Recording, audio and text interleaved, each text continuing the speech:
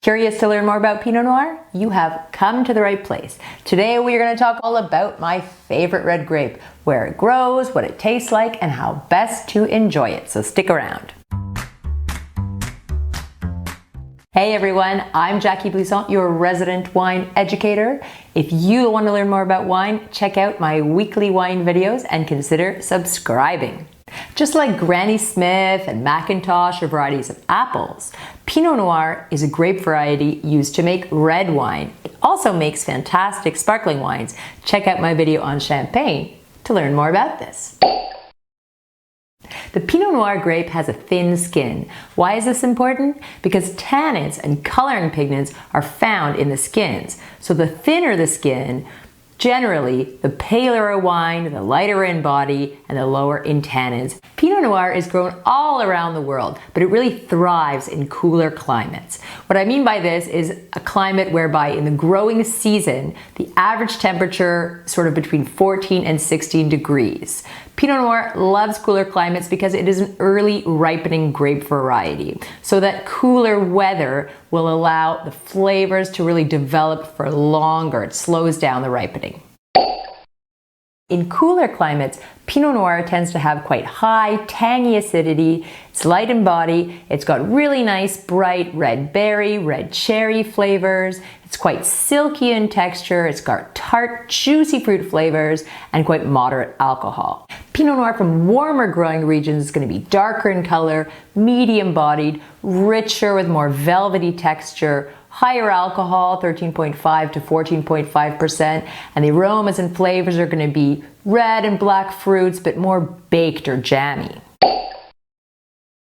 Burgundy in East Central France is the world's most famous origin for Pinot Noir. The grape has been growing here for almost 2,000 years. It is considered the gold standard for many winemakers in terms of top quality Pinot Noir. Burgundy is quite a cool climate. The wines tend to be quite restrained, somewhat earthy, spicy, or savory with really pretty floral and red berry aromas. Tannins range from quite soft and low to quite firm in appellations like Gevrey-Chambertin, for example. A really top red Burgundy is about the finest red wine drinking experience you can have in your life, in my humble opinion, but they tend to be a little bit pricey. So here are some fantastic alternatives.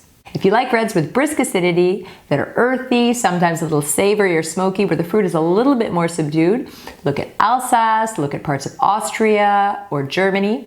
If you want a more fruit-focused style, try Oregon, the Niagara region of Canada, parts of Australia like the Mornington Peninsula, Yarra Valley or Tasmania, or New Zealand. New Zealand is worth highlighting for the wealth and diversity of top quality Pinot Noirs being made today.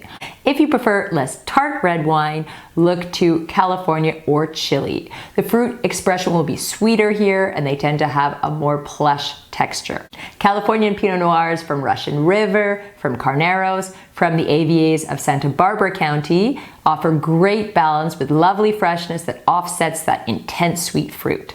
Similarly ripe but fresh styles can be found in Chile, in the Casablanca Valley, and the San Antonio Valley. Pinot Noir really shows its best when it's served slightly chilled at around 14 to 16 degrees Celsius. It drinks really well on its own with its smooth texture and low tannins, but it also pairs very well with fattier fish, with lighter meats, or with earthy ingredients like mushrooms, lentils, or truffles. Let me know how your Pinot Noir tasting adventures go. If you like this video, feel free to share widely. Give me a little thumbs up and please subscribe to my channel.